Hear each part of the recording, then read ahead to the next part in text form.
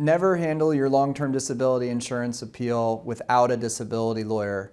That's our disability benefit tip of the day. I'm Gregory Dell, joined by attorney Rachel Alters, and obviously, Rachel, we're somewhat biased because that's what we do for a living and we help people, but the reality is I want to discuss in this video about the dangers that a person faces and why they should have a representative helping them with an appeal that many disability insurance companies say, no, you don't really need a lawyer. Just go ahead and do your appeal, as if it's like asking for a manager on a customer service phone call. But it's so much more than that. And what comes to your mind when you think about why it's so important that someone should have a lawyer when doing their ERISA disability appeal? Well, most claimants don't really know this, but you get one shot in an appeal. And after that appeal is over, you can't add anything to the file. So essentially, when you end up in court in front of a judge, all he's going to see, or he or she is going to see, is what's in that administrative record. So if your appeal is a page, or if it's missing things, or you forgot to add the fact that you were approved for Social Security disability, or add some medical opinions from doctors, you can't add it after the appeal's done. So what people don't realize, if they don't hire a lawyer who, we know what needs to go into an appeal. We've been doing this for years. We've done thousands of these. So we know what needs to be in an appeal. We know what it's going to take to get it overturned. And even if we don't get it overturned, we know what a judge is going to be looking for when he's deciding, or he or she's deciding the case. So it's extremely important. And oftentimes, even if the MetLife adjuster tells you, you don't need a lawyer, you shouldn't get a lawyer, you shouldn't listen to that, because the value of your case for litigation purposes and settlement purposes all lies on whatever's in that appeal.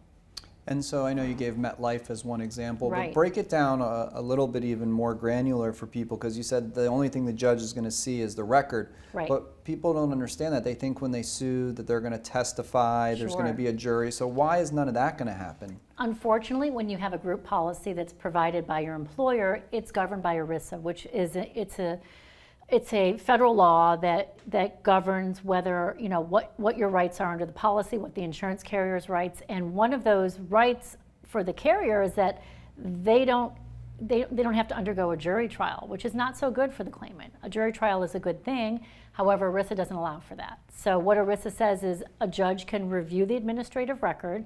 There's no testimony, there's no witnesses. The judge is never going to meet the claimant. All the judge is going to do is read the record, which is whatever's in the claim file, and determine whether or not they believe that MetLife was arbitrary and capricious in denying the claim. And that's going to be solely determined on whatever's contained in that claim file, which is whatever was in the file before the appeal, and then whatever is provided during the appeal process. So the appeal is essentially your trial. And if you don't have enough in that appeal, you're going to lose in trial. That's just how it's going to go. So, yeah, and a lot of people don't get that. No. It's so extreme that if they do their own appeal with whatever company, and the company comes back and makes a decision, and then God forbid the next day you're walking outside, the ground collapses beneath you, you break both of your legs, now there's no question that you're disabled.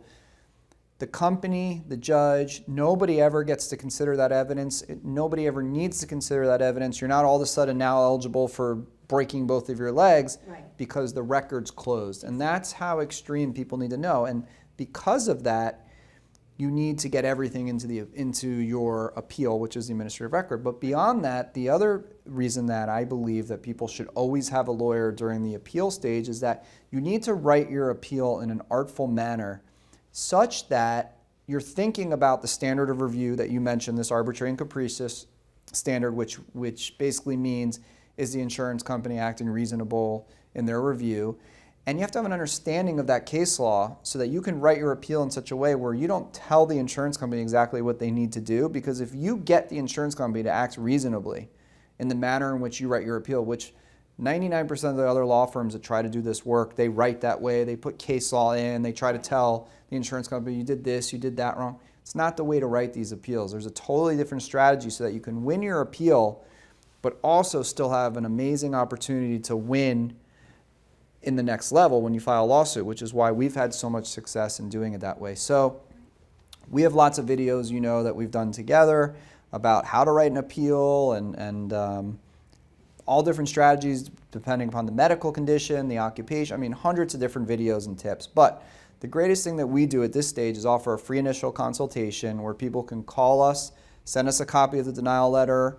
We'll let you know immediately whether or not we can help you through a 15, 20-minute phone call. We'll talk about strategies. We'll talk about time frames, chances of success, attorney's fees involved to represent you, which is always no fees or costs unless we win. So there's basically no risk in hiring any of us to work on the claim. But also along with that, we're willing to vest in the claim. So we're appreciating all of the risk that's involved to help get a person approved. And we're going to do everything we can to get them approved because we're not getting paid unless the claimant's getting paid. So again, no matter where you live, call Rachel, call myself. We want you to know, don't just go ahead and do an appeal without professional advice. And we'll be here in the future should you need us.